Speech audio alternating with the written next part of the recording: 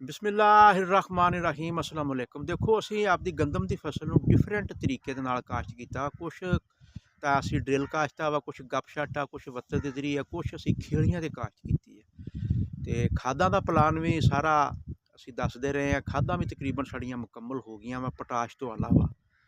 ਤੇ PDMA ਨੇ ਜਿਹੜਾ ਅਲਰਟ ਜਾਰੀ ਕੀਤਾ ਨਾ, ਉਹਦੇ ਮੁਤਾਬਕ ਦਿਨ ਕੋਈ ਨਹੀਂ ਲੱਗਣੇ।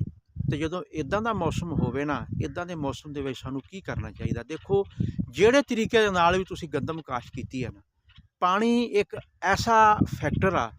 ਆਬਪਾਸ਼ੀ ਦਾ ਪਲਾਨ ਤੁਹਾਨੂੰ ਦੱਸਣ ਲੱਗਾ ਕਿ ਜਿਸ ਤਰ੍ਹਾਂ ਅਸੀਂ ਕੋਰ ਕੱਢੀ ਆ, ਜਿਹੜੀ ਸਾਡੀ ਹੈਗੀ ਸੀਗੀ ਝੋਨਿਆਂ ਦੇ ਵੱਢ, ਮੂੰਜੀ ਦੇ ਵੱਢ, ਉਹ ਅਸੀਂ 35-40 ਦਿਨ 'ਤੇ ਕੱਢ ਲਈ ਆ। ਜਿਹੜੇ ਸਾਡੇ ਆਮ ਵੱਢ ਸੀਗੇ ਮਕਈ ਦੇ ਜਾਂ ਸਾਡੇ ਕੋਈ ਚਾਰੇ ਦੇ ਵੱਢ ਸੀ, ਉਹ ਅਸੀਂ 25 ਦਿਨ 'ਤੇ, 20 ਦਿਨ 'ਤੇ, 30 ਦਿਨ 'ਤੇ ਅਸੀਂ ਕੋਰ ਕੱਢੀ ਹੈ।